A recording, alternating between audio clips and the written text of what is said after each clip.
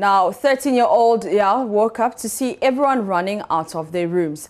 His schoolmate, Ahilasi, said she thought everyone would die when tidal waves struck the seafront village.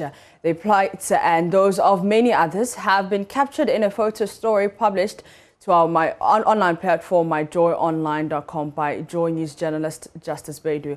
Justice will be joining us shortly, but first, watch this.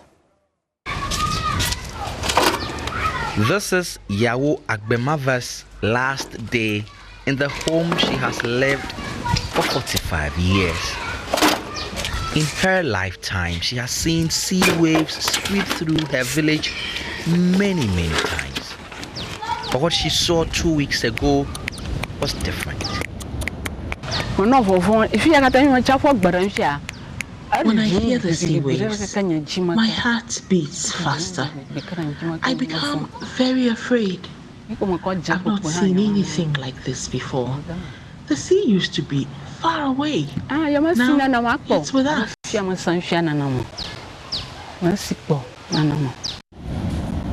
Like Yao, nearly everyone from Agokeji, her village, has left.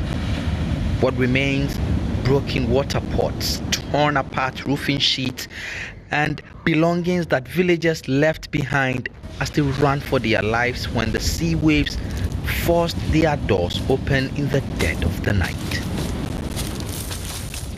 If the sea is rougher, we just wake up and stay and sit down and be waiting for the day to come. Because if you sleep, you don't know that the water will come to the room. With the climate change, you can see it's really affecting our community. This is Fuvame. Some of the people who are just moving away from Agokeji now used to live here. After years of sea erosion, everyone has left. It was a big community, very big community. The people keep on moving backwards. Keep on moving backwards till the time they get close to the river. And there's no place for them to move, to step back anymore. So final decision was they have to move from this community to resettle at Agokeji. Yao hopes she can come back to Agokeji one day. I want to come back one day because this is where I belong. My grandparents lived here. A sea defense project that could help protect her community has stalled for years. Sea levels are rising by the day. It is uncertain where the next move will be to. Justice Baidu, JoyNews, Agokeji.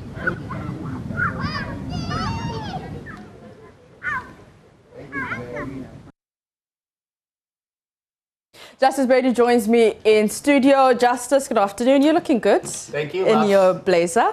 All right, now let's see the story. It's on our screens right now. I want you to walk us through it because, I mean, it's very emotional. When I read the online story, there was one that really touched me, was of the 8-year-old girl, but we'll get to that. Let's start with this one. What's happening here?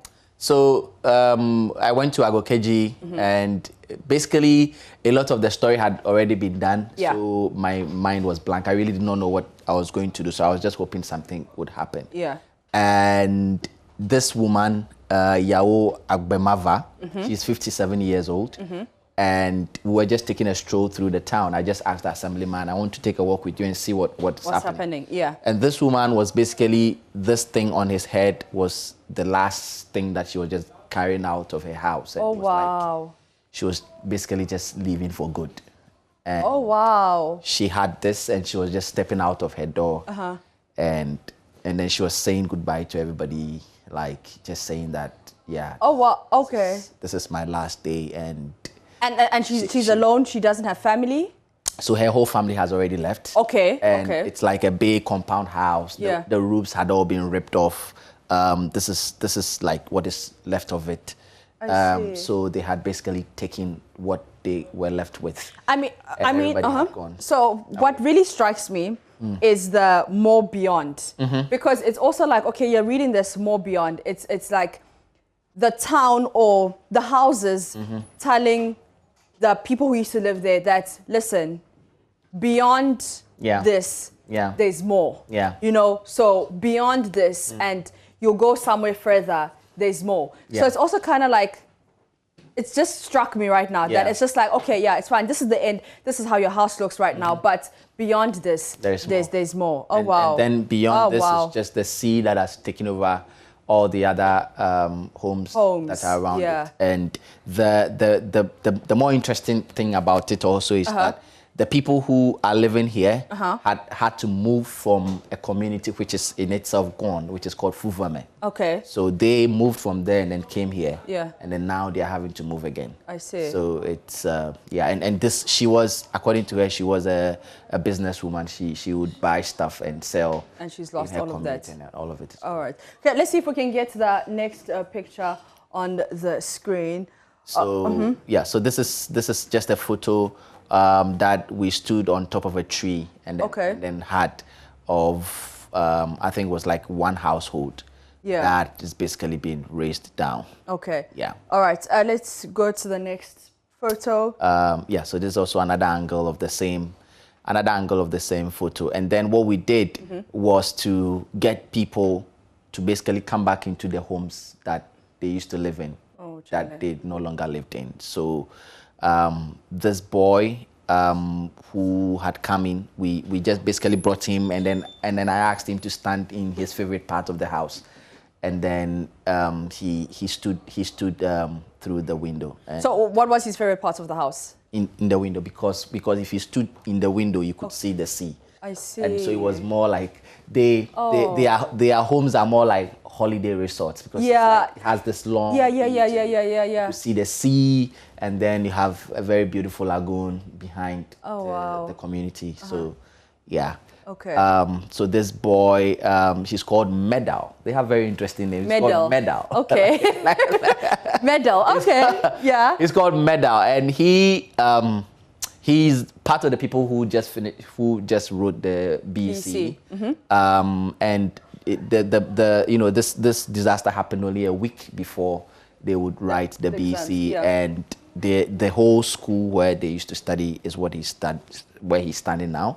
The whole school roof ripped off, half of it washed away, and he was telling me about how difficult it was within that 1 week when the incident happened and when they had to start the BC.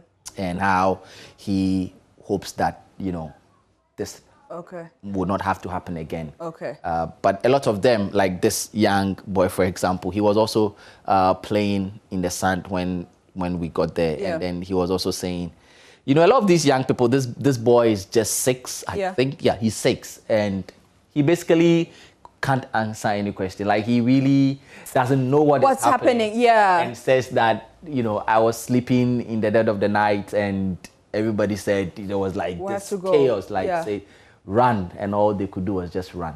All right, let's see more pictures.